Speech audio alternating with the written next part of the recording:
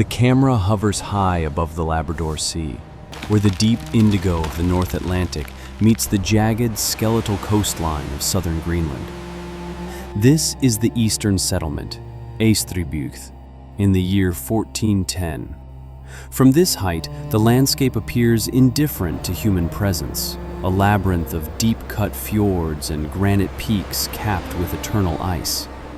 Yet, tucked into the narrow green fringes between the mountains and the salt water, a civilization persists.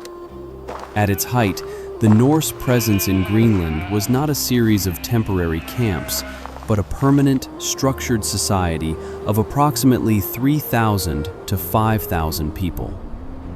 It was the furthest western reach of Christendom, a vital link in a global trade network that exchanged white gold, walrus ivory, and narwhal tusks for the iron, timber, and grain of Europe. By the early 1400s, however, the scale is shifting. The growth has stalled. The world is cooling.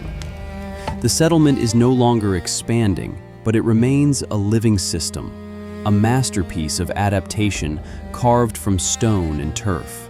We descend through the mist, the camera gliding low over the water of the Eriksfjord.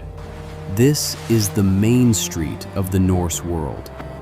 There are no paved roads here. The fjords are the arteries of commerce. We see small, sturdy boats, skiffs and carves, navigating the treacherous slush of summer ice. They carry dried fish, seal pelts, and the precious ivory harvested from the northern hunting grounds of the Nordsetter. On the shore, the movement is rhythmic and seasonal. In the short, frantic summer, the streets are the worn footpaths between farmsteads. These paths are muddy and narrow, winding through meadows where cattle and sheep graze on the thin, salty grass. The air is filled with the scent of damp earth, the pungent aroma of drying fish, and the constant biting tang of the sea. There is a sense of urgency in every movement. Every hand is occupied with the harvest of land or sea. For the winter here is not a season, but a siege. The camera moves inland toward the head of the Eystrijord, centering on Gardar, the bishop's seat and the administrative heart of the settlement. In the 1400s, this is the most sophisticated space in Greenland. The Cathedral of St. Nicholas dominates the site, built from local red sandstone. Its walls are thick, designed to withstand the crushing weight of snow and the screaming winds of the Pittorak. Adjacent to the cathedral stands the Bishop's Palace, a sprawling complex of stone and turf. Here, the elite of Greenland, the priests and the wealthy landowners, gather to manage the tithes of ivory that will eventually fund the cathedrals of Norway and Rome.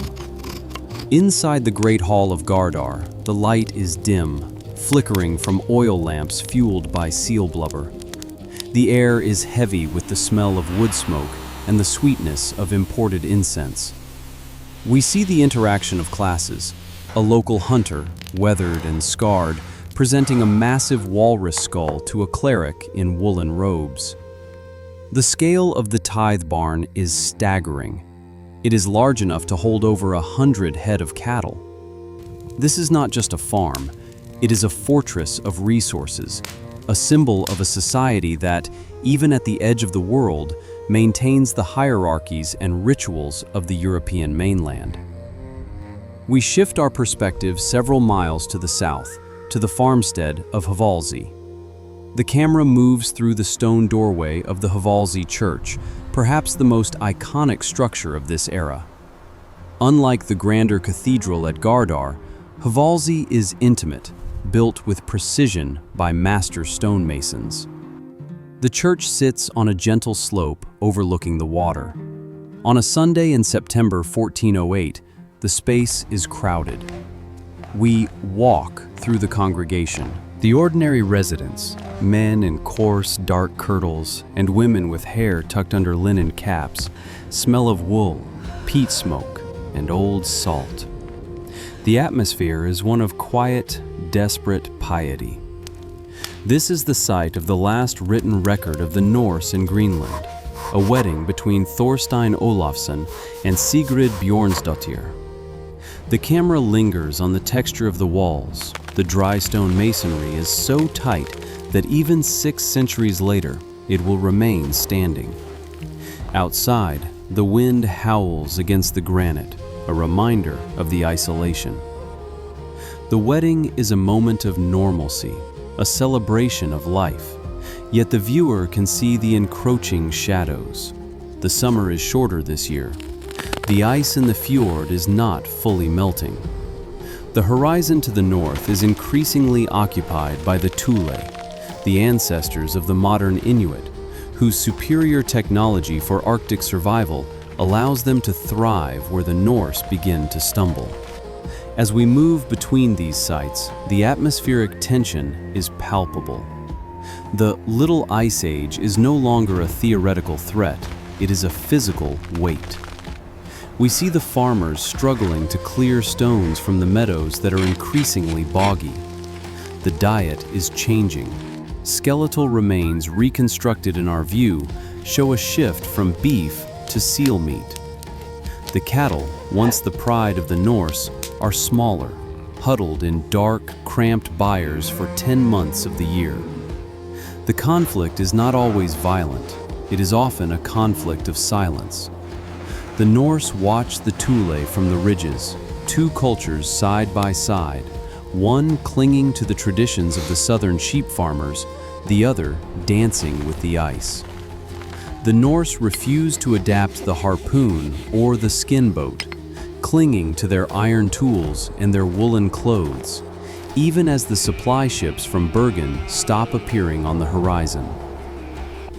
The final movement of the camera takes us upward, away from the smoke of the peat fires and the stone walls.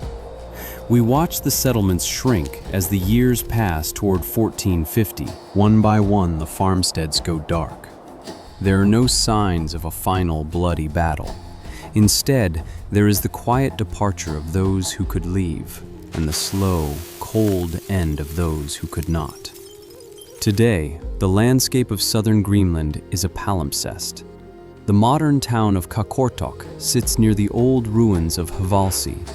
The red sandstone of Gardar has been incorporated into modern sheep farms.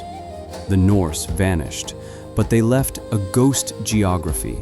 The names of the fjords, the foundations of the churches, and the genetic echoes in the livestock that still graze these shores. Looking through the lens of this reconstruction, there is a profound sense of melancholy. To see the light in the windows of Hvalsey, to hear the lowing of the cattle in the Gardar barns, is to realize that this was not a failed experiment, but a 500-year struggle of a resilient people against an increasingly hostile planet. One wishes to reach through the pixels, to feel the cold granite of the church walls, or to catch the scent of the sea breeze one last time, knowing that all we have left are these stone shadows and the silence of the ice.